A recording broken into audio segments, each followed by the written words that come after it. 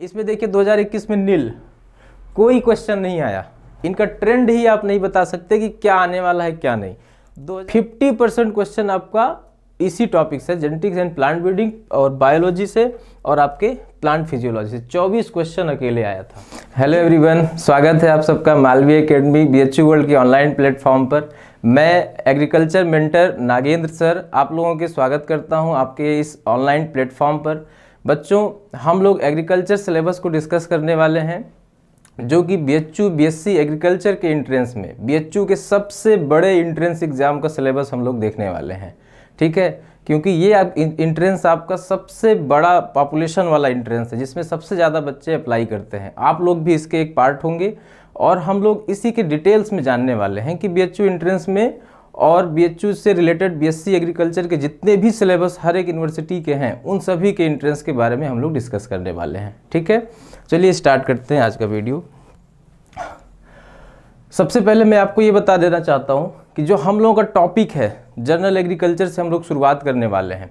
तो इसको भी बताने से पहले मैं आपको ये बताऊंगा कि आपके एंट्रेंस एग्जाम में, खास करके बीएचयू एंट्रेंस में, किस ईयर में कितने क्वेश्चन किस किस टॉपिक से पूछे गए हैं, तो उन टॉपिक के बारे में भी मैं इसी वीडियो में आप लोगों को बताने वाला हूँ कि 2021 में किस टॉपिक से कितने क्वेश्चन पूछे गए, 2020 में किस टॉपिक से कितने क्वेश्चंस पूछे गए। ऐसे करके मैं 2015 तक के टॉपिक को कवर करने वाला हूं। ठीक है, तो इसको भी हम लोग इसमें देखने वाले हैं, ताकि आपको पता चल सके कि आज का जो सिलेबस सर ने डिस्कस किया वो कितना महत्वपूर्ण है आपके एंट्रेंस एग्जाम की तैयारी से रिलेटेड।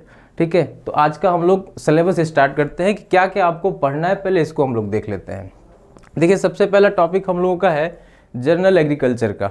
ठीक है, जनरल एग्रीकल्चर बच्चों एक ऐसा टॉपिक है कि जो कि पूरे एग्रीकल्चर का बेस है ये, और ये अगर आपका कमज़ोर रह गया तो आप समझिए कि आपके आने वाले सभी चैप्टर्स आपके वीक रह जाएंगे, वो आपको समझ में कम आएंगे। इसलिए इसको समझना बहुत ज़रूरी होता है। तो बेसिक एग्रीकल्चर या जनरल एग्रीकल्चर हम लोगों को क्या बताता है कि किसी भी क्रॉप प्रोडक्शन से रिलेटेड हो, या फिर फसल उत्पादन से रिलेटेड हो, पशुपालन से रिलेटेड हो, जेनेटिक्स हो, प्लांट ब्रीडिंग हो, प्लांट फिजियोलॉजी हो, सॉइल साइंस हो, इन सब का आधार क्या है आपका, तो ये हमारा बेसिक डिसाइड करता है जनरल एग्रीकल्चर। ठीक है, सबसे ज़्यादा हेल्प आपको क्रॉप प्रोडक्शन में इससे मिलने वाली है। तो देखते हैं, आपके क्लासिफिकेशन ऑफ द क्रॉप से हम लोग शुरुआत करते हैं जनरल एग्रीकल्चर की। हम लोग इसमें फसलों का वर्गीकरण पढ़ेंगे, तमाम आधार हैं इसके फसलों के वर्गीकरण के, किस मृदा के आधार पर, जलवायु के आधार पर, सीजन्स के आधार पर, क्लाइमेट के आधार पर, सॉइल की टाइप के आधार पर। इस तरह से इसमें बहुत सारे क्लासिफिकेशन है। C3 प्लांट है, C4 प्लांट है, कैम प्लांट्स हैं, इन सभी प्लांट को हम लोग इसमें कवर करने वाले हैं। ठीक है, जितने भी क्लासिफिकेशन आप लोग देखते होंगे, कटाई के आधार पर, उनकी बुआई के आधार पर, जितने भी बेसिस आप लोग समझ सकते हैं, वो सारे इसमें हम लोग कवर करने वाले हैं। उसके बाद दूसरा टॉपिक हम लोगों का होगा वेदर एंड क्लाइमेट। तो वेदर एंड क्लाइमेट में हम लोग क्या देखने वाले हैं? वेदर एंड क्लाइमेट में हम लोग देखने वाले हैं, थोड़ा सा एरर इसमें लग रहा है। ठीक है, वेदर और क्लाइमेट में हम लोग क्या देखने वाले हैं कि हम लोग देखेंगे कि मौसम क्या होता है, जलवायु क्या होती है, और उनसे हमारे क्रॉप प्रोडक्शन पे क्या इफेक्ट आता है। तो उसके बारे में थोड़ा सा डिटेल जानेंगे कि मौसम और जलवायु को जो हम लोग पूर्वानुमान लगाते हैं, मौसम का पूर्वानुमान लगाते हैं, वो पूर्वानुमान कौन सा कितने दिनों के लिए होता है, आपके एग्जाम में आजकल आने लगा है। वायुमंडल के बारे में पहले आता था सवाल कि सबसे निचली परत का नाम क्या है वायुमंडल की, सबसे ऊपरी परत का नाम क्या है, सबसे ज़्यादा बादल किस परत में बनते हैं, ये सब चीज़ें हम लोग इसमें पढ़ेंगे।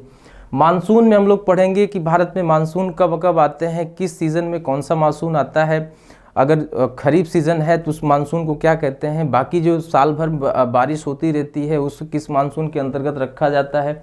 सबसे ज़्यादा मानसून हमारे इंडिया में कौन सा प्रिविलेंट है, किसका हम लोग ज़्यादा यूज़ करते हैं एग्रीकल्चर में, एग्रीकल्चर के लिए सबसे इम्पॉर्टेंट क्या है। ठीक है, मानसून शब्द की उत्पत्ति किससे हुई, ये सब चीज़ें हम लोग समझने वाले हैं इसमें। Famous name of the crops, famous name of the crop, king of cereals, queen of cereals, king of nut crops, queen of nuts crop, forage crop का किंग, फ्रूट क्रॉप का किंग, ये सारी चीज़ें हम लोग इस पे जानने वाले हैं। किस क्रॉप को स्पेशली किस नाम से बुलाया जाता है, protein found in different crops और उनके नाम क्या हैं। देखिए, ये एक ऐसा रिसेंट नया टॉपिक जो आपके एग्जाम में आने लगा है, वो ये है कि फसलों में प्रोटीन का परसेंटेज आजकल पूछा जाने लगा है। तो आपकी जो फसलों में प्रोटीन का परसेंटेज है, अब उसको हम लोग टॉपिक में प्रोटीन के नेम के साथ साथ पढ़ेंगे कि कौन सी प्रोटीन होती है और कितना परसेंटेज उसका आपकी उस फसल में पाया जाता है। फिर अगला देखिए टाइप ऑफ फार्मिंग है, फार्मिंग सिस्टम है कि खेती के प्रकार क्या होते हैं, फसल की पद्धति क्या होती है, खेती करने की पद्धति क्या होती है। यहाँ से इस बार सबसे ज़्यादा क्वेश्चन थे आपके जनरल एग्रीकल्चर से रिलेटेड, ठीक है। इसमें हम लोग क्या क्या पढ़ेंगे, इसमें हम लोग पढ़ेंगे मोनोक्रॉपिंग क्या होती है, इंटरक्रॉपिंग क्या होती है। इंटरक्रॉपिंग में कई सारे टाइप होते हैं, ठीक है, इंटरक्रॉपिंग के भी कई सारे टाइप होते हैं। कंपेनियन क्रॉपिंग क्या होती है, मिक्स क्रॉपिंग क्या होती है, पैरेलल क्रॉपिंग क्या होती है, इसी में हम लोग पढ़ेंगे। मल्टी स्टोरीड क्रॉपिंग क्या होती है, सब कुछ इसमें पढ़ेंगे। आजकल के नए रिसेंट जो आपके स्टेटमेंट वाले क्वेश्चन आ रहे हैं, जो एसर्शन रीजनिंग वाले क्वेश्चन आ रहे हैं, एसर्शन और रीजन वाले क्वेश्चन इन्हीं टॉपिक से सबसे ज़्यादा आने लगे हैं, ठीक है, क्योंकि ये बेसिक वाले हैं, प्रिंसिपल वाले हैं। अब एसर्शन रीजन वाले क्वेश्चन प्रोटीन से तो आएंगे नहीं कि भैया इस फसल में ये प्रोटीन पाई जाती है, इतने परसेंट पाई जाती है, तो कोई एसर्शन रीजन इससे नहीं बनता। इससे बनता है जिसमें प्रिंसिपली चीज़ें बहुत ज़्यादा समझानी पड़ती हैं, ठीक है। तो बेसिक चीज़ें इसमें हैं, तो हम लोग यहाँ से देखेंगे। उसके बाद है फीचर्स ऑफ इंडियन एग्रीकल्चर, ये सबसे बड़ा टॉपिक है आपके जनरल एग्रीकल्चर से रिलेटेड में, ठीक है। फीचर्स ऑफ इंडियन एग्रीकल्चर में क्या है कि हम लोग सीखने वाले हैं कि फीचर्स क्या है इंडिया के, विशेषताएं क्या है भारतीय कृषि की, कि भारतीय कृषि में खास करके आजकल क्या अपनाया जा रहा है, भारतीय कृषि का ट्रेंड क्या है, पेस्टिसाइड का ट्रेंड क्या है, कौन से पेस्टिसाइड सबसे ज़्यादा किस फसल में यूज हो रहे हैं, हर्बिसाइड किस फसल में सबसे ज़्यादा यूज हो रहा है, ठीक है। अपने यहाँ मानसून पे कितनी खेती आधारित है, कितनी खेती हम लोग सिंचाई करते हैं, कितनी खेती का क्षेत्रफल हम लोग सिंचाई के अंतर्गत रखते हैं, किस राज्य में सर्वाधिक सिंचाई है, किस राज्य में कम सिंचाई है, किस में फर्टिलाइज़र कंजम्पशन रेट ज़्यादा है, किसका फर्टिलाइज़र कंजम्पशन रेट कम है, ये सारी चीज़ें हम लोग इसमें पढ़ने वाले हैं। सबसे ज़्यादा बारिश कहाँ हो रही है, किस राज्य में हो रही है, सबसे कम बारिश कहाँ हो रही है, सबसे ज़्यादा खराब भूमियाँ कहाँ हैं, सबसे कम खराब भूमियाँ कहाँ हैं, सबसे ज़्यादा एसिड सॉइल कहाँ है, बेसिक सॉइल कहाँ है, ये सब हम फीचर्स ऑफ इंडियन एग्रीकल्चर में पढ़ने वाले हैं। तो ये जो एक एक टॉपिक आप लोग देख रहे हैं ना, ये छोटा टॉपिक नहीं है, बहुत बड़े टॉपिक है, इसमें कई सारे टॉपिक और ऐड भी होंगे, ठीक है। ये बस मैंने मोटा मोटा ले लिया कि आपको ये समझ में आता रहे कि हमको इसके थ्रू चल के पढ़ना है, ये टॉपिक आपको समझ में आते रहे। उसके बाद हम लोग ब्रांचेज ऑफ एग्रीकल्चर पढ़ेंगे कि ब्रांचेज क्या क्या हैं। कुछ ब्रांचेज ऐसी होती हैं जिसमें हम स्टडी करते हैं, कुछ ब्रांचेज ऐसी होती है जिसमें हम खेती करते हैं, जैसे ओलेरी कल्चर। अब इसमें क्या है, सब्जियों की हम लोग खेती करेंगे, लेकिन अगर बोला जाए कि बायोलॉजी तो हम उसमें जीवों का अध्ययन करते हैं। तो ऐसे ही है पोमोलॉजी, पोमोलॉजी में हम लोग क्या करेंगे, फलों की खेती करेंगे। तो ऐसी जितनी भी ब्रांचेज हैं इससे रिलेटेड हम लोग उसके बारे में पढ़ेंगे, क्योंकि आजकल ब्रांचेज के ऊपर भी ट्रेंड बना हुआ है क्वेश्चन का कि माइकोलॉजी में किसका अध्ययन किया जाता है, फाइकोलॉजी में किसका अध्ययन किया जाता है, कौन से जीव उसमें आते हैं, ठीक है, उनके नाम आपको बताने पड़ते हैं। तो ये आपके एग्जाम में आने वाले क्वेश्चंस हैं। उन ब्रांचेस से रिलेटेड कौन कौन से जनक हैं, फादर हैं, उनके बारे में भी ये चीज़ें आएंगी, ठीक है। हिस्ट्री ऑफ एग्रीकल्चर, ये देखिए कि कृषि की शुरुआत कहाँ से हुई, इंडिया की हिस्ट्री क्या है एग्रीकल्चर की, कि खेती की शुरुआत किस फसल से हुई थी, किस ईयर में हुई थी, आलू की खेती की शुरुआत कब हुई थी, किस नदी के किनारे सबसे ज़्यादा खेती के साक्ष्य पाए गए, किस सभ्यता में सबसे ज़्यादा कृषि की शुरुआत मानी जाती है, किसके साक्ष्य कहाँ पे मिले, गेहूं के कहाँ मिले, धान के कहाँ मिले, ये चीज़ें हम लोग इसमें देखने वाले हैं। क्योंकि आजकल जो आपका परंपरागत क्वेश्चन है ना, वो भी इस टॉपिक से आ रहे हैं, ठीक है। उसके बाद देखिए क्रॉपिंग सिस्टम हम लोग पढ़ने वाले हैं, इसमें मोनोक्रॉपिंग, मल्टीपल क्रॉपिंग, ठीक है, इंटर क्रॉपिंग, ये सारी चीज़ें हम लोग इसमें पढ़ेंगे। इस बार के क्वेश्चन में 2021 के क्वेश्चन में आप देखेंगे तो क्रॉपिंग सिस्टम से क्वेश्चन आए हुए हैं, ठीक है। रिले क्रॉपिंग इसमें आता है, रिले क्रॉपिंग से एक क्वेश्चन था, फिर उसके बाद इंटर क्रॉपिंग से एक क्वेश्चन था। तो इस तरह से हम लोग इस नए टॉपिक को किस तरह से कवर करना है, टॉपिक आज के नहीं है बच्चों, ये टॉपिक बहुत पहले के ही है ना, टॉपिक बहुत पहले के हैं। तो बस ये जानना है कि रिसेंट में क्या ट्रेंड आ चुका है, हमको उसके बेसिस पे पढ़ना होगा। तो एसर्शन रीजन और स्टेटमेंट वाले क्वेश्चन हम लोगों को यहाँ से मिलने वाले हैं दोस्तों, ठीक है। उसके बाद देखिए नेक्स्ट टॉपिक एग्रीकल्चर रिवोल्यूशंस, ये वन लाइनर क्वेश्चन के टॉपिक होते हैं। इसमें हम लोगों को ज़्यादा कवर नहीं करना है, बस ये जानते रहना है कि ब्लैक रिवोल्यूशन किससे रिलेटेड है, राउंड रिवोल्यूशन किससे रिलेटेड है, ऐसे करके 8-10 और रिवोल्यूशंस हैं, उनसे रिलेटेड जनक के नाम हम लोग जानेंगे, फादर उनसे रिलेटेड कौन है और उनका रिलेशन किस क्रॉप के प्रोडक्शन से है, ठीक है। बस इतनी सी बात हमको इसमें जाननी है। इसके अलावा एग्रीकल्चर में ऐसे बहुत सारे टॉपिक हैं जो कि मैं इसके साथ कवर करूँगा, जैसे कि कुछ रेडियो एक्टिव एलिमेंट्स होते हैं, उनका एग्रीकल्चर में क्या यूज़ है, आजकल वो रिसेंट में पूछे जाने लगे हैं। ठीक है, ऐसे ही हम लोग और नए नए टॉपिक्स को इसमें कवर करेंगे। ठीक है, दूसरा देखिए, हम लोग को जैसे ही जनरल एग्रीकल्चर हम लोगों का कंप्लीट होगा, हम लोग एग्रोनॉमी को कवर करने वाले हैं। एग्रोनॉमी मतलब सस्य विज्ञान, फसल उत्पादन से रिलेटेड बातें करेंगे। Crop production and disease of crops, देखिए क्रॉप प्रोडक्शन लिखा हुआ है, इसका मतलब है कि हम खरीफ सीजन की फसलों को, रबी सीजन की फसलों को, जायद सीजन की फसलों को, जितनी भी फसल उत्पादन में आती हैं उनको सबको हम लोग देखने वाले हैं। धान, गेहूं, मक्का, ज्वार, बाजरा, गन्ना, जौ, जई, सरसों, आलू, इन सब फसलों को हम लोग इसमें पढ़ने वाले हैं। ठीक है, उसके बाद कौन कौन सी बीमारियां इस फसल में आती हैं हम लोग उसको देखेंगे। जैसे धान में अगर देखा जाए तो करीब 12 से 15 ऐसी डिजीज़ हैं जो कि आपके एग्जामिनेशंस में आती हैं। ब्लास्ट डिजीज ऑफ राइस है, brown leaf spot disease of rice है, खैरा डिजीज ऑफ राइस है, उफरा डिजीज़ है, टुंगरू ऑफ राइस है, ये सारी डिजीज़ हम लोग इसमें कवर करने वाले हैं। ऐसे ही गेहूं से रिलेटेड ले लीजिए तो आपको रस्ट डिजीज जितने भी हैं, ब्लैक रस्ट, ब्राउन रस्ट, ठीक है ना, तो येलो रस्ट, ये सारी चीज़ें हम लोग इसमें पढ़ने वाले हैं। बाजरे में जो भी डिजीज़ लगती है, तो बच्चों डिजीज़ का पार्ट सबसे इम्पॉर्टेंट है। इसमें हर साल बीमारियों से क्वेश्चन ज़रूर से ज़रूर आता है, तो हम लोग इसमें उसको देखेंगे। एग्रोनॉमी में वन लाइनर क्वेश्चन आपको ज़्यादा मिलेंगे, इसमें कोई डिटेलिंग वाली बात नहीं आती है। जो नई वैरायटीज़ आई हुई हैं, जैसे बीटी कॉटन की वैरायटीज़ आई है, गोल्डन राइस की वैरायटीज़ आई हैं, तो उन पे असर्शन रीजन वाले क्वेश्चन सबसे ज़्यादा बनते हैं, जैसा कि 2021 वाले ट्रेंड में देखा गया है। ठीक है, तो हम लोग उसको इस पे ज़्यादातर कवर करेंगे। उसके बाद इसी में वीड साइंस है, खरपतवार विज्ञान, तो खरपतवार विज्ञान भी एक ऐसा टॉपिक है जो इस साल 2020 में 2021 के टॉपिक में आपको देखने को मिल जाएगा। ठीक है, 2020 में इससे 3 सवाल थे। ठीक है, 21 में इस बार मतलब एग्रोनॉमी के साथ इसको ऐड करके बताया गया था, ज़्यादा इससे सवाल नहीं आए थे। ठीक है, तो एग्रोनॉमी हमारा बहुत ही अच्छा सबसे इम्पोर्टेंट सब्जेक्ट है, तो ये आप लोगों को कवर करना रहेगा। ठीक है, जिसको बारे में मैं आपको एक एक टॉपिक बताऊंगा कि एग्रोनॉमी सबसे इम्पोर्टेंट क्या है, किस क्रॉप में हमको क्या जानना जरूरी है। ठीक है, वो मैं लेक्चर में बताऊँगा आपको। हॉर्टिकल्चर अगला हम लोगों का टॉपिक रहेगा, उद्यान विज्ञान। हॉर्टिकल्चर, देखिए हॉर्टिकल्चर में हम लोगों को क्या पढ़ना होता है, बेसिकली ऐसे मोटा मोटा देखा जाए तो हम लोगों को फल उत्पादन के बारे में जानना है, फ्रूट प्रोडक्शंस के बारे में, वेजिटेबल कल्टीवेशन के बारे में जानना है, उसके बाद फ्लोरिकल्चर के बारे में थोड़ा सा जानना है।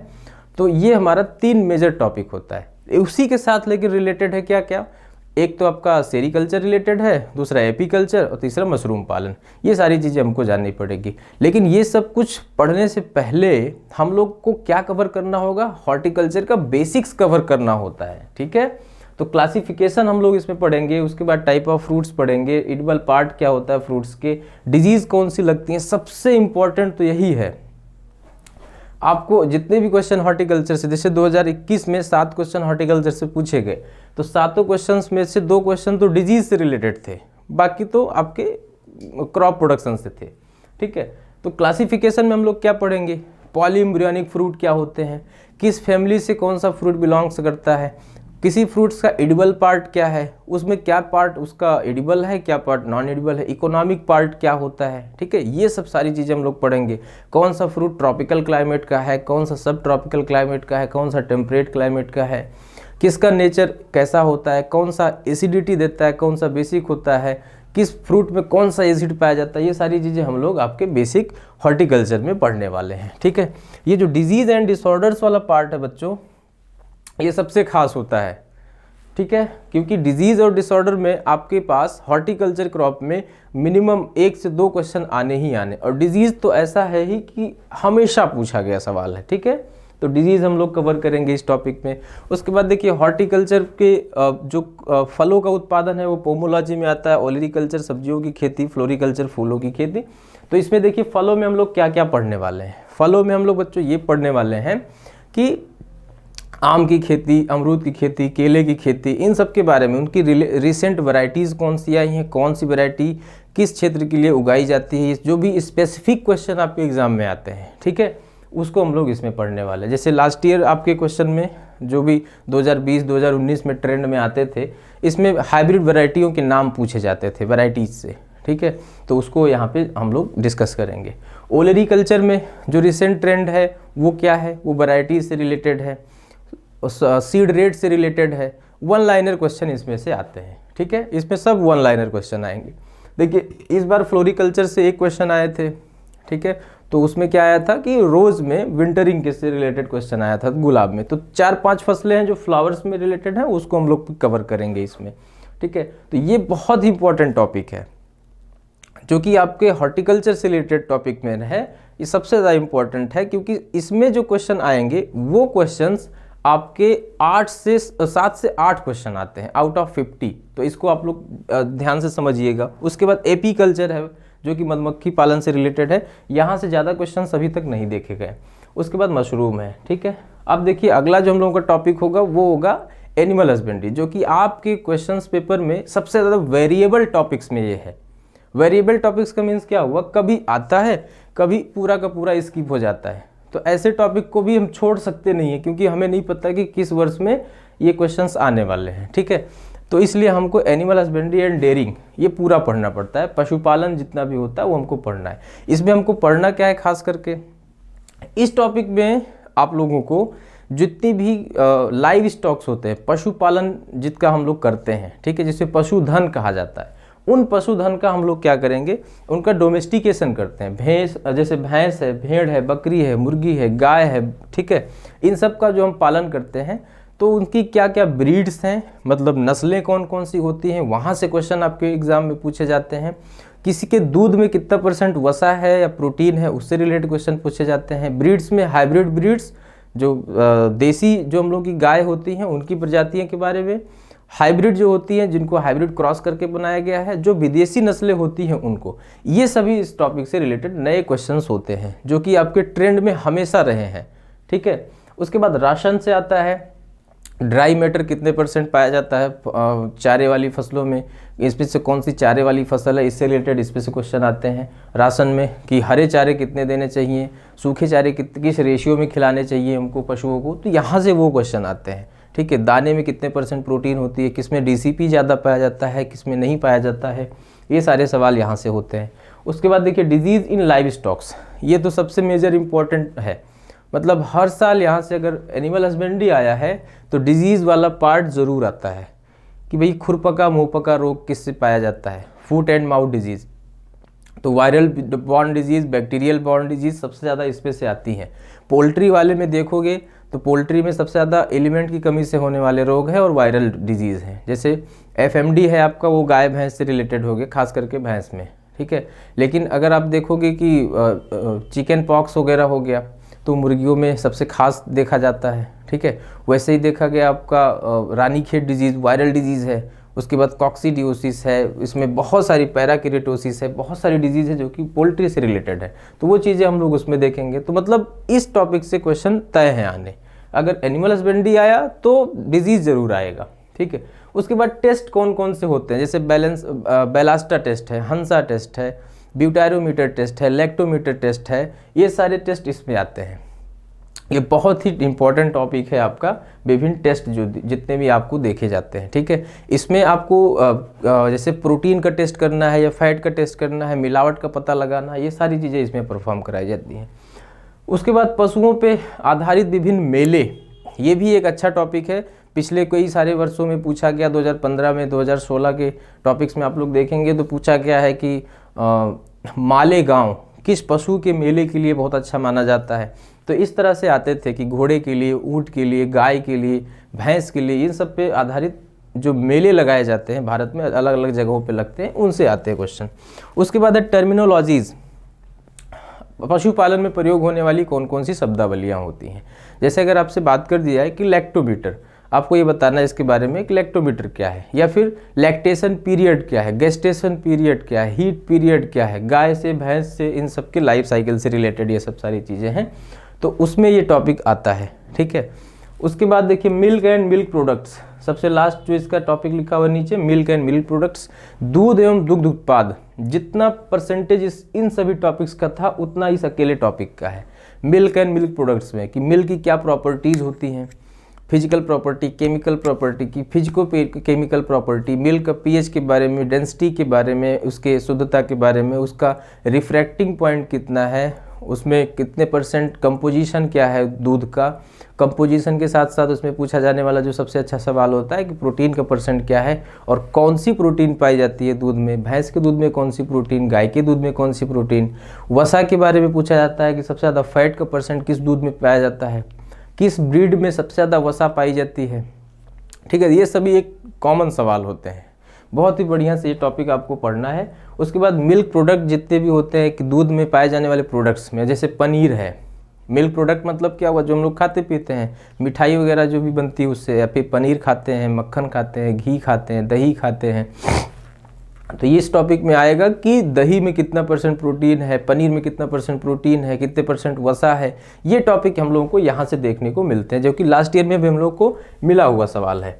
ठीक है, वो मैं बताऊँगा आप लोगों को कि कौन कौन से सवाल ऐसे आए थे। उसके बाद देखिए एग्रीकल्चर इंजीनियरिंग हम लोगों का आता है। नेक्स्ट टॉपिक हम लोगों का एग्रीकल्चर इंजीनियरिंग आता है।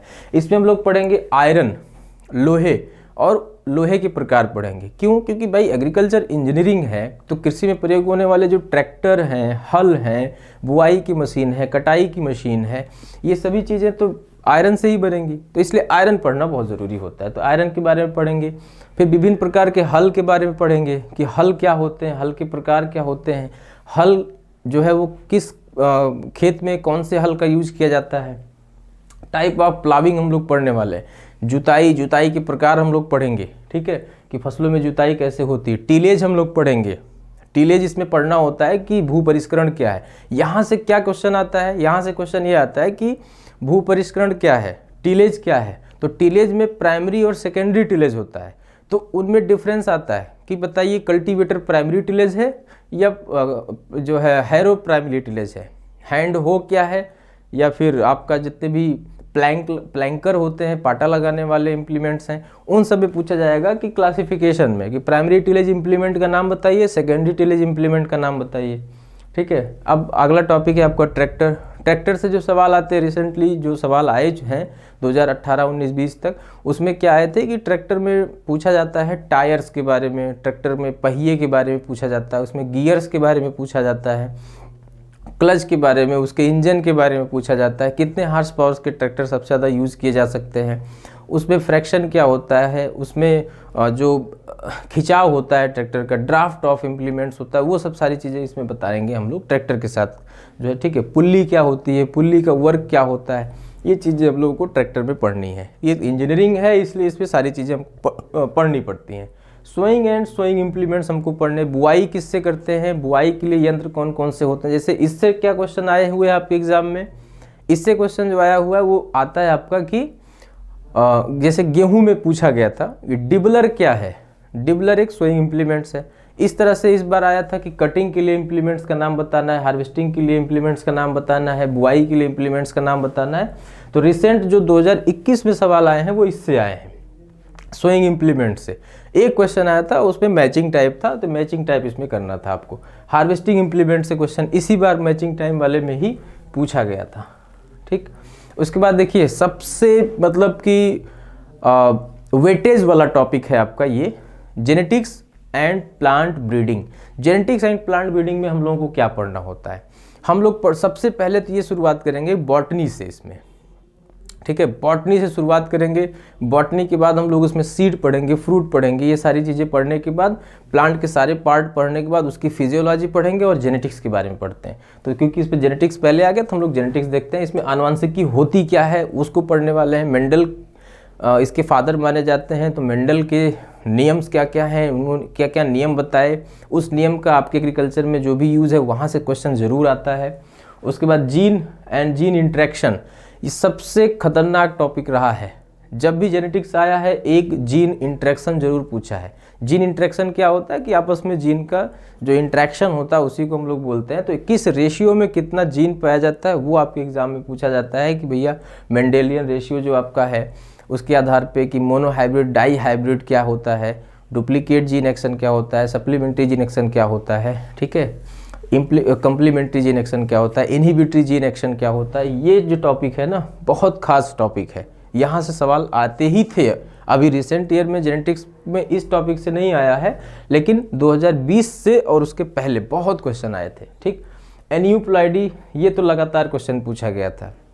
एन्यूप्लॉइडी, यूप्लॉइडी कि जब क्रोमोसोम की संख्या बढ़ जाती है या घट जाती है तो उन दोनों कंडीशन को बोला जाता है एन्यूप्लॉइडी या यूप्लॉइडी। ठीक है, तो ये आपके एग्जाम में आए थे। मोनोप्लॉइडी क्या होती है, डाइप्लॉइडी क्या होती है, यूप्लॉइडी क्या होती है, ठीक है, मोनोसोमिक क्या होते हैं, डबल मोनोसोमिक क्या होते हैं, ट्राइसोमिक क्या होता है, नलीसोमिक क्या होता है, तो ये सभी टॉपिक में हम लोगों को पढ़ना है। ठीक, उसके बाद पॉलीप्लॉइडी में हम लोगों को देखना है कि haploid, diploid, triploid, tetraploid, pentaploid, hexaploid, यहाँ से हम लोगों को क्वेश्चन पूछे गए हैं। जैसे 2017 में क्वेश्चन आया कि स्मॉल n इंडिकेट्स या फिर स्मॉल n किसका सिंबल है, इस तरह से आएगा। कैपिटल X किसका सिंबल होता है, तो हैप्लॉइड का है या फिर आपके जो है हैप्लॉइड सेल का है, वो किसका है, ये आपको इसमें बताना होता है। ठीक, गेमेटिक क्रोमोसोम नंबर क्या होता है, सोमेटिक क्रोमोसोम क्या होता है, ये चीज़ें हम लोगों को इसमें पढ़नी है। जेनेटिक मटेरियल में हम लोगों को डीएनए पढ़ना है, आरएनए पढ़ना है, उनका कंपोजिशन के बारे में जानना है,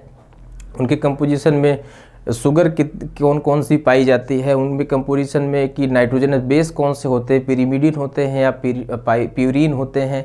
उसके बाद डीएनए में क्या जुड़ता है, आरएनए में क्या जुड़ता है, क्या आरएनए में एक्स्ट्रा जुड़ जाता है और डीएनए में क्या नहीं रहता, ये चीज़ें हम लोगों को आपको जेनेटिक मटेरियल के अंतर्गत पढ़ने हैं। ठीक, उसके बाद देखिए प्लांट फिजियोलॉजी का टॉपिक आता है बच्चों, बहुत ही अच्छा, बहुत इंटरेस्टिंग टॉपिक है प्लांट फिजियोलॉजी।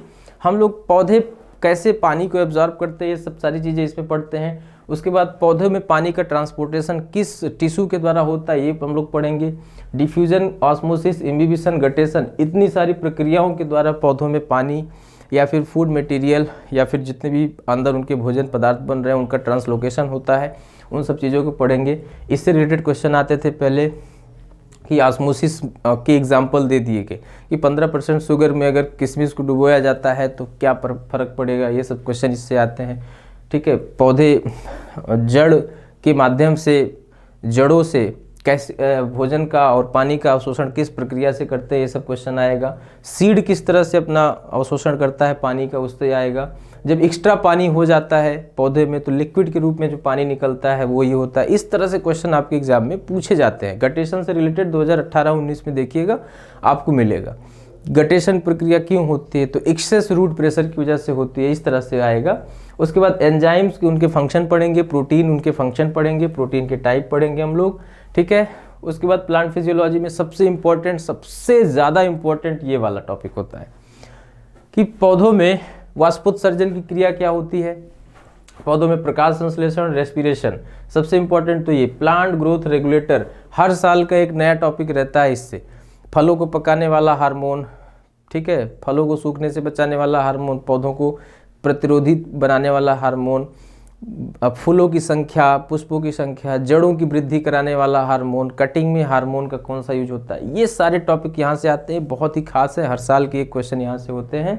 उसके बाद हम लोग को जब से जो अभी 2020 के क्वेश्चन में देखा गया, 2021 के क्वेश्चन में देखा गया, 2021 में तो कम ही आए थे इस टॉपिक से, 2020 में इस टॉपिक से सबसे ज़्यादा क्वेश्चन देखे गए थे कि रेस्पिरेशन से, फोटोसिंथेसिस से। ठीक है, तो इनको पढ़ना बहुत ज़रूरी होता है। ये लगेगा कि आपको बायोलॉजी में भी आपका कवर हो जाएगा और एग्रीकल्चर वाले सेक्शन में भी आपका कवर हो जाएगा।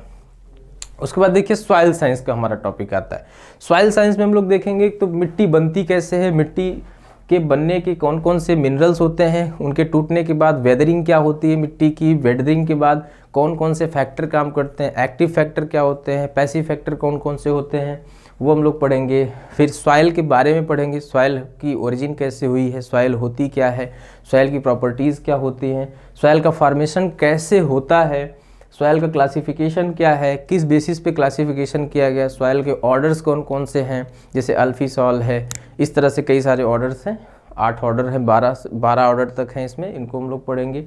भारतीय मृदाओं के बारे में पढ़ेंगे, types of Indian soil, black soil, red soil, alluvial soil है ना, laterite soil, hilly soil, peat and marshy soil, forest soil, desert soil, उसके बाद सेलाइन सॉइल, इस तरह से कई सारे भारतीय मृदाएं हैं। 8 मृदाएं हैं भारतीय मृदाओं में, उनकी विशेषताएं क्या हैं, कौन सी किस राज्य में ज़्यादा पाई जाती हैं, किस में किसकी खेती सबसे ज़्यादा होती है, हम लोग इसको इसमें पढ़ने वाले हैं। ठीक है, उसके बाद टाइप ऑफ प्रॉब्लमेटिक, और यहाँ से क्वेश्चन आपके एग्जाम में आए हुए हैं कि भारतीय मृदाओं में सबसे ज़्यादा किसका क्षेत्रफल है, किस राज्य में सबसे ज़्यादा ये मृदा पाई जाती है। टाइप्स ऑफ प्रॉब्लमेटिक सॉइल, समस्याग्रस्त मृदाएं, क्षारीय मृदा और अम्लीय मृदा, खास करके इसमें वही आती हैं समस्याग्रस्त मृदाओं में कि एसिडिक सॉइल कौन कौन सी, basic, saline and alkaline soil, इनके बारे में हम लोग को पढ़ना है। सॉइल ऑर्गेनिक मैटर, मृदा कार्बनिक पदार्थ, मृदा में पाए जाने वाले कार्बनिक पदार्थों के बारे में हम लोगों को पढ़ना है। ऑर्गेनिक मैटर क्या होते हैं, CN रेशियो इनका क्या होता है, आपके एग्जाम में इससे रिलेटेड क्वेश्चन आए हुए हैं। सॉइल टेस्टिंग के बारे में थोड़ा सा पढ़ना है, सॉइल इरोजन के बारे में। रिसेंट 2021 में इस टॉपिक से एक सवाल आया था, इरोजन जो होता है जिस टाइप का होता है उसको आपको एक सीरीज में सेट करना था, तो ये क्वेश्चन यहाँ से आया हुआ था इस बार का 2021 का क्वेश्चन जो था। ठीक है, उसके बाद देखिए सॉइल में पोल्यूशन क्या क्या होते हैं, वाटर पोल्यूटेंट है, कुछ केमिकल का पोल्यूशन है, कुछ इन सब चीज़ों को हम लोग इसमें देखने वाले हैं। ग्रीन मैन्योरिंग क्या होती है, हरी खाद की फसलें क्या होती है, हरी खाद की फसलों का यूज़ क्या है, उनसे फ़ायदा क्या होता है, कौन सी फसल कितना नाइट्रोजन का फिक्सेशन करती है, किन फसलों को ग्रीन मैन्योरिंग क्रॉप में रखा गया है, ये इसके टॉपिक होते हैं। उसके बाद सबसे इम्पॉर्टेंट टॉपिक इसका जो है इसेंशियल प्लांट न्यूट्रिएंट्स, सबसे इम्पॉर्टेंट सबसे खास टॉपिक बच्चों यही होता है, इसेंशियल प्लांट न्यूट्रिएंट्स, कि पौधों के लिए बेसिक एलिमेंट्स कौन कौन से हैं जो कि प्लांट के ग्रोथ और डेवलपमेंट के लिए आवश्यक हैं, पौधों के लिए प्राइमरी न्यूट्रिएंट्स कौन कौन से होते हैं, सेकेंडरी न्यूट्रिएंट्स कौन कौन से होते हैं, माइक्रो न्यूट्रिएंट्स कौन कौन से होते हैं जो कि प्लांट ग्रोथ और डेवलपमेंट के लिए इसेंशियल होते हैं पूरे लाइफ साइकिल में। ठीक है, 17 एलिमेंट्स के बारे में हम लोगों को इसमें पढ़ना है। ठीक है, carbon, hydrogen, nitrogen, phosphorus, potassium, calcium, magnesium, sulphur, iron, nickel, cobalt, इन सब की तरह से 17 एलिमेंट्स के बारे में हम लोगों को इसमें से पढ़ना है जो कि इसेंशियल होते हैं। 4 आपके बेनिफिशियल होते हैं, उनको भी हम लोग देखेंगे। तो ये बहुत ही अच्छा टॉपिक है, आपके एग्जाम में बार बार यहाँ से सवाल आया, जब भी सॉइल साइंस आया है तो एक टॉपिक इस टॉपिक से ज़रूर आया है, एक क्वेश्चन ज़रूर आया है कि कौन सा बेसिक एलिमेंट है या कौन सा प्राइमरी एलिमेंट है या कौन सा सेकेंडरी एलिमेंट है या कौन सा माइक्रो एलिमेंट है, एक क्वेश्चन यहाँ से। या फिर आया है कि वेजिटेटिव ग्रोथ कराने में कौन सा कौन सा एलिमेंट जिम्मेदार होता है, ऑयल फार्मेशन में कौन सा एलिमेंट सबसे ज़्यादा हेल्पफुल होता है, मूंगफली के लिए कौन सा एलिमेंट सबसे ज़्यादा यूजफुल है, फ्रूट वाली फसलों के लिए कौन सा एलिमेंट सबसे ज़्यादा यूजफुल है, ऑयल सीड वाली फसलों के लिए, इस तरह से आपके एग्जाम में आएगा। सल्फर का काम पूछा गया, किस पोषक तत्व की कमी किस पौधे के किस भाग पर पाई जाती है, पौधों के ऊपरी भाग पर किस पोषक तत्व की कमी होती है, पौधों के मध्यम भाग पे, निचले भाग पे, जड़ों में किस पोषक तत्व की आवश्यकता होती है, ये आपके एग्जाम में सबसे ज़्यादा इस टॉपिक से पूछे गए सवाल है। ठीक है, तो हम लोग इसको इसमें देखेंगे। उसके बाद आता है आपका एग्रीकल्चरल एक्सटेंशन। 2021 में एक भी सवाल नहीं आया, 2019 में, 20 में, उससे पहले सभी सवाल इससे पूछे जाते थे। इसमें हम लोगों को क्या पढ़ना होता है, एग्रीकल्चर की शुरुआत क्या हुई, एग्रीकल्चर में जितने भी नई वैरायटीज़, नए टाइप के कल्टीवेटर, नए ट्रैक्टर, नए योजनाएं जो भी चलती हैं वो सब कृषि प्रसार में आती हैं। ठीक है, जो भी योजना हम लोग गवर्नमेंट ऑफ इंडिया देती है या भारत सरकार देती है वो सब इस एक्सटेंशन के माध्यम से किसानों तक पहुंचाया जाता है, लोगों तक पहुंचाया जाता है, तो उसे हम लोग एक्सटेंशन में पढ़ते हैं। जो भी यूनिवर्सिटीज़ आती हैं इसमें, जितने भी विश्वविद्यालय हैं, जितने भी एग्रीकल्चर के से रिलेटेड रिसर्च सेंटर हैं जो भी ICAR के द्वारा स्थापित किए गए हैं, उन सब के बारे में हम लोग पढ़ेंगे। यहाँ से जो सवाल आते हैं वो ये आए हैं कि भारत की पहली कृषि विश्वविद्यालय का नाम बताइए, भारत के पहला केंद्रीय कृषि विश्वविद्यालय का नाम बताइए, उसके कुलपति कौन थे ये भी पूछा गया। उसके बाद जितने भी रिसर्च इंस्टीट्यूट हैं, central potato research institute, central rice research institute, उसके बाद आपका Indian institute of sugarcane research, इस तरह से भारत में जितने भी फसलें हैं उन सब पे एक रिसर्च स्टेशन बनाया गया है, उनके बारे में पूछा जाएगा। NRCs इसमें आती हैं, नेशनल रिसर्च सेंटर पूछे गए हैं आपके एग्जाम में कि आम की फसल पे NRC कहाँ है, लीची की फसल पे NRC कहाँ है। ठीक है, उसके बाद कृषि विज्ञान केंद्र KVK, जिनको फार्म साइंस सेंटर भी बोला जाता है, उसके बारे में हम लोग पढ़ेंगे। कम्युनिकेशन क्या होता है, एक दूसरे से बातचीत करना, संप्रेषण की क्रिया, इन टॉपिक से आपके एग्जाम में क्वेश्चन आए थे कि हम अगर बृहत स्तर पर कम्युनिकेशन कर रहे हैं, बहुत बड़े लोगों से बात कर रहे हैं, बहुत ज़्यादा लोगों से बात कर रहे हैं, तो वो उनकी संख्या कितनी होती है, तो बृहद स्तर पर 30 से अधिक होती है। ग्रुप में अगर हम लोग कम्युनिकेशन कर रहे हैं तो 2 से लेकर के 25 तक होती है, और इंडिविजुअल, तो ये हम लोगों को यहाँ से क्वेश्चन आते हैं। एक्सटेंशन प्रोग्राम्स सबसे इम्पोर्टेंट टॉपिक है इसका, एक्सटेंशन प्रोग्राम्स में क्या आएगा, क्या पूछा गया था, तो इसमें पूछा जाता है कि कम्युनिटी डेवलपमेंट प्रोग्राम की शुरुआत कब हुई, ठीक है। उसके बाद एफ निकोलसन के द्वारा जो है वो कोऑपरेटिव मूवमेंट चलाया गया 1904 में, उसकी शुरुआत कब हुई, ये आपके एग्जाम में आता है। आज़ादी के बाद भारत का पहला जो प्रोग्राम लॉन्च किया गया उस प्रोग्राम का नाम क्या था, तो इटावा पायलट प्रोजेक्ट था।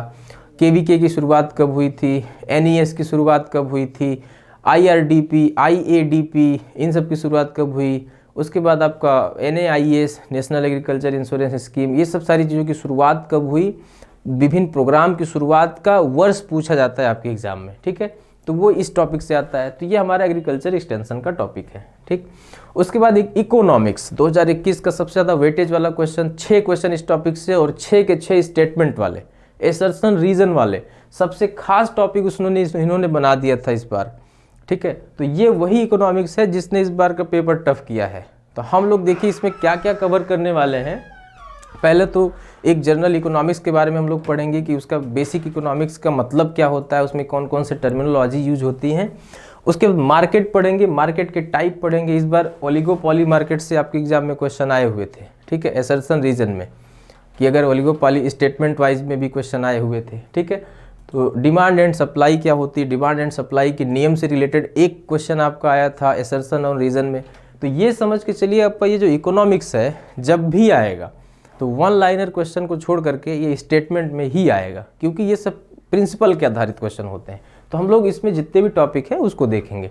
उसके बाद किस बैंक की स्थापना कब हुई, ये हम लोग इसमें डिस्कस करते हैं। बैंक से रिलेटेड पहले क्वेश्चन बहुत सारे आते थे कि आरआरबी की स्थापना कब हुई, आरआरबी एक्ट कब आया था, आरबीआई एक्ट कब आया, ये सारी चीज़ें इसमें पूछी जाती हैं। तो ये हम लोग भी इकोनॉमिक्स में ही कवर करने वाले हैं। कॉस्ट एंड प्राइसेस, यहाँ से एक क्वेश्चन इस बार स्टेटमेंट में पूछा गया था, ठीक है, कॉस्ट एंड प्राइसेस से।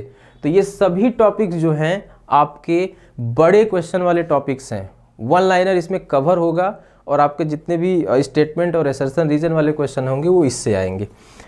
एसेट एंड लाइबिलिटीज़ क्या होती है, इसके बारे में क्या देखना है हम लोगों की, किसान के पास कितना एसेट होता है और कितना वो लोन लेके रखा है, ये इस टॉपिक का क्वेश्चन होता है। फार्म मैनेजमेंट में आपके क्वेश्चंस क्या आते हैं कि फार्म बजटिंग क्या होती है, इस तरह से आपको एग्जाम में पूछे जाते हैं। फार्म बजटिंग क्या है, फार्म मैनेजर बजट कैसे बनाता है, बजटिंग में क्या चीज़ इंक्लूड की जाती है, क्या चीज़ एक्सक्लूड की जाती है, इन सब के बारे में इसमें डिस्कस किया जाता है।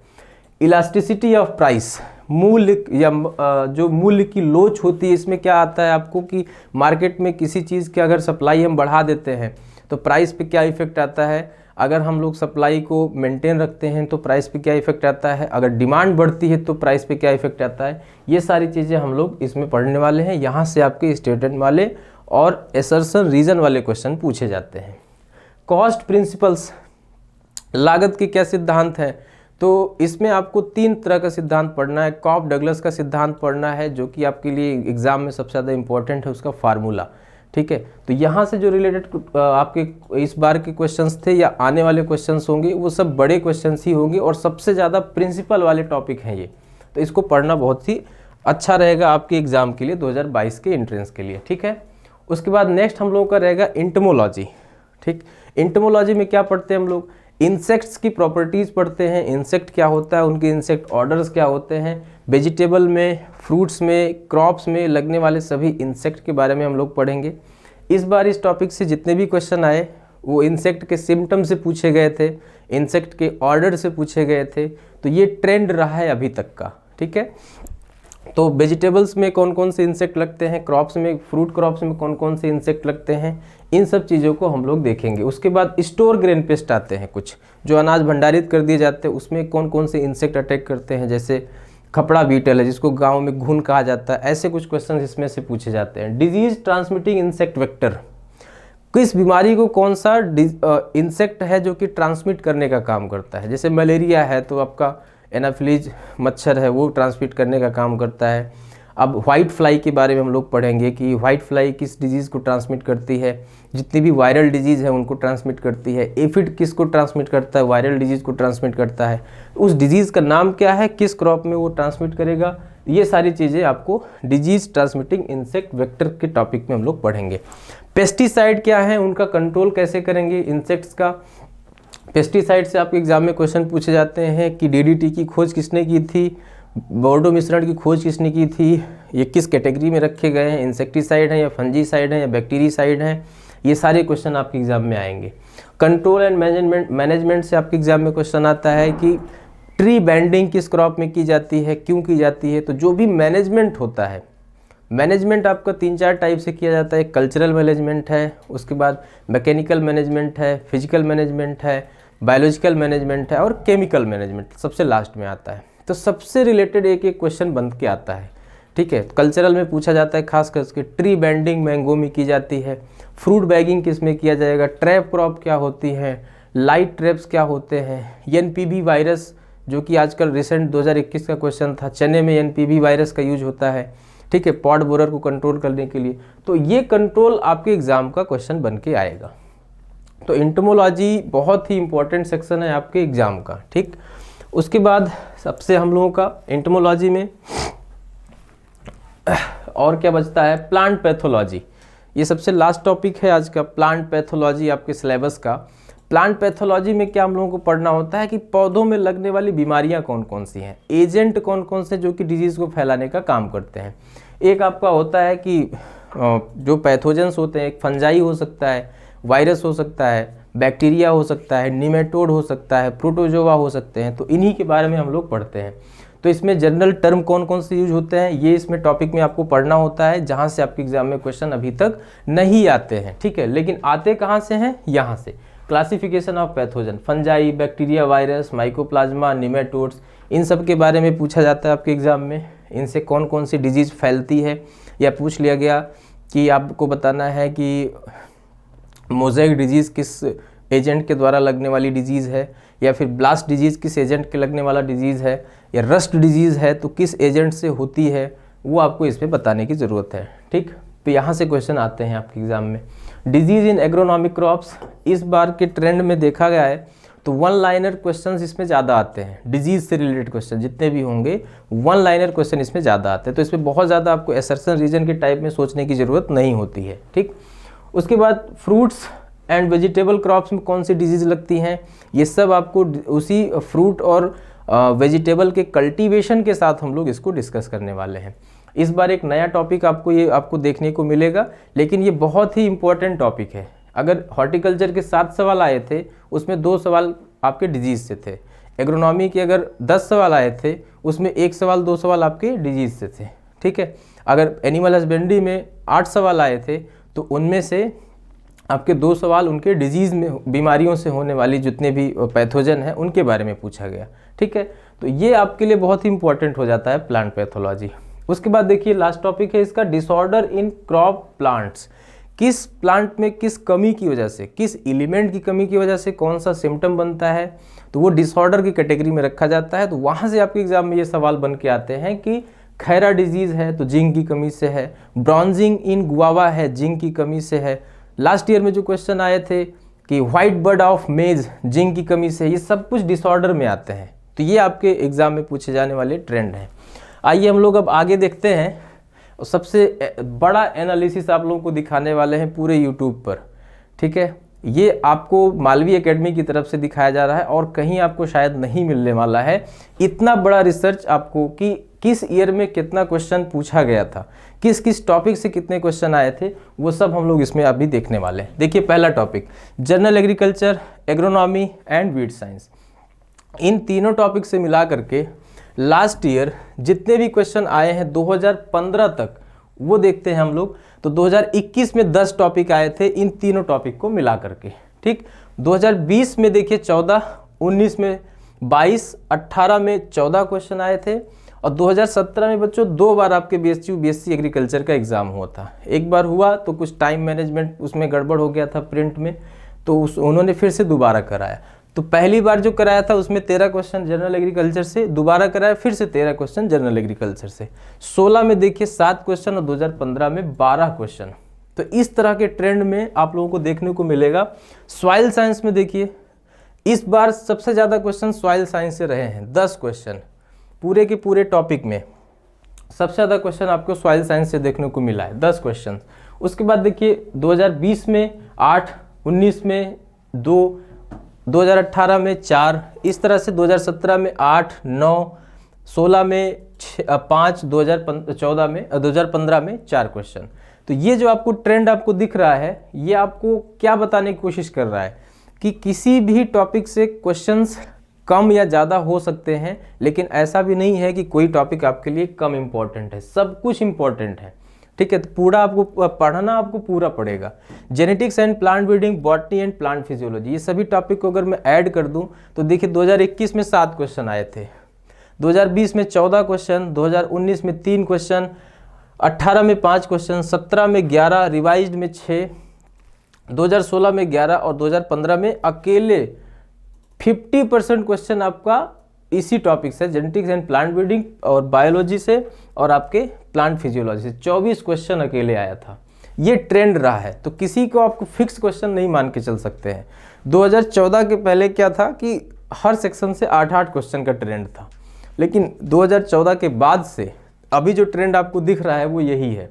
तो किसी टॉपिक से आप फिक्स पढ़ाई नहीं कर सकते हैं, किसी टॉपिक पे आप रिजिड होकर के नहीं पढ़ सकते हैं कि नहीं मैं इसी को पढ़ूंगा दूसरे को छोड़ सकता हूं, तो ये स्ट्रेटजी आपकी गलत होगी। ठीक है, सबको आपको पढ़ना है। हॉर्टिकल्चर से देखिए इस साल 2021 में 7 क्वेश्चन आए थे, जिसमें से पोमोलॉजी में 4, ओलरीकल्चर से 2 और फ्लोरिकल्चर से 1 क्वेश्चन पूछा गया था।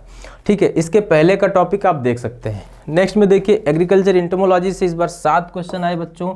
इंटोमोलॉजी कीट विज्ञान सबसे इंपॉर्टेंट, अभी जो मैंने डिस्कस किया था उसके पहले देखिए तो कम क्वेश्चंस आए हुए थे, 2017 में 4 क्वेश्चन तक पूछे गए थे। ठीक है, उसके बाद हम लोग अलग सब्जेक्ट पे देखते हैं इकोनॉमिक्स, जो कि 2021 में अकेले 6 क्वेश्चंस आए हुए थे, बाकी एक्सटेंशन इकोनॉमिक्स मैंने एक में ऐड कर दिया था। देखिए इंजीनियरिंग में देखिए कितने क्वेश्चन आए थे, हर साल 2-2, 3-3 क्वेश्चन।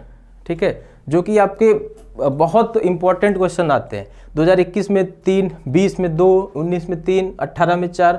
ये 3-4 क्वेश्चन भी कोई कम नहीं होते हैं, एक एक क्वेश्चन के लिए बहुत बड़ी मार होती है आपके 80,000 के कंपटीटर्स में। ठीक है, बहुत बड़े एग्जाम की आप लोग तैयारी कर रहे हैं, तो इसलिए आप लोगों को सभी सब्जेक्ट पढ़ने हैं। उसके बाद एनिमल हस्बेंड्री एंड डेयरिंग, इसमें देखिए 2021 में नील, कोई क्वेश्चन नहीं आया। इनका ट्रेंड ही आप नहीं बता सकते कि क्या आने वाला है क्या नहीं। 2020 में देखिए 3 क्वेश्चन, 19 में 4, 18 में 2, 2017 के रिवाइज्ड वाले में 5, उसके पहले वाले में कुछ नहीं दिए थे। ठीक, फिर देखिए एग्रीकल्चर एक्सटेंशन एजुकेशन, प्रसार विज्ञान में इस बार कोई क्वेश्चंस नहीं, उसके पीछे 2-2, 3, 6, 6, 5 इस तरह से हर एक ईयर में उन्होंने पूछा हुआ है, लेकिन 2021 में कोई क्वेश्चन उन्होंने नहीं पूछा। प्लांट पैथोलॉजी से, ये प्लांट पैथोलॉजी को मैंने अभी क्या किया है कि सभी क्रॉप के साथ ऐड कर दिया, इसलिए मैंने यहाँ पे क्वेश्चंस नहीं दिए। तो ये रहा आपका ट्रेंड जो आपके एग्जाम में पूछा गया कि किस क्वेश्चन से कितने कितने टॉपिक आए हुए हैं। तो ये जो ट्रेंड है ये बहुत बड़ी एनालिसिस के बाद निकाला गया है, तो ये आपकी सुविधा को बढ़ाने के लिए निकाला गया। ठीक है, और ये इतना ही हम लोगों का आज का कंटेंट रहा। आप लोगों को जो मुझे सिलेबस में बताना था, जो आपकी स्ट्रेटजी होनी है, उन सब चीज़ों के बारे में मैंने बता दिया, किस टॉपिक में क्या पढ़ना है, कितना इंपॉर्टेंट कौन सा टॉपिक है। किसी भी टॉपिक को आप कम नहीं समझ सकते हैं, सभी टॉपिक आपके एंट्रेंस एग्जाम के लिए बहुत ही खास हैं। ठीक है, जो भी चैप्टर्स आपके एग्जाम में पूछे गए हैं सबके नाम दे दिए, सबका सिलेबस मैंने डिटेल में कर दिया। और अगर आप लोगों को इससे रिलेटेड एंट्रेंस एग्जाम के बारे में तैयारी करनी है, जो भी चीज़ें आपको अगर मालवी एकेडमी से आपको पढ़ना है, तो इन सभी ट्रेंड के आधार पे हम लोग जो भी नया पैटर्न है उसके आधार पे हम लोग आपको BHU एंट्रेंस की तैयारी कराते हैं। ठीक है, तो आप लोग यूट्यूब से गूगल के प्ले ऐप से आप लोग मालवी एकेडमी के द्वारा ऐप इंस्टॉल कर सकते हैं और वहाँ से आप लोग पढ़ाई कर सकते हैं। ठीक है, हम लोग इसमें इस बार क्या कर रहे हैं, चैप्टर वाइज टेस्ट सीरीज भी दे रहे हैं, आपको डिटेल में सिलेबस भी वीडियो रिकॉर्डेड लेक्चर में आपको पढ़ाते हैं। ठीक है, किसी भी तरह का आपको अगर हेल्पलाइन इसमें नंबर दिया गया, अगर आपको किसी भी तरह की बात करनी है कि मुझे कैसे पढ़ना है, किस कोर्स के बारे में पढ़ना है, तो आपको इसमें डिटेल में जानकारी दे दी जाती है। ठीक है, तो आज का हम लोग का इतना ही सफ़र रहा और बहुत ही अच्छा लगा आपको सिलेबस के बारे में डिस्कस करके, और आप सबके लिए मैं मालवी एकेडमी के द्वारा बेहतर भविष्य की कामना करता हूँ। तब तक के लिए थैंक यू बच्चों।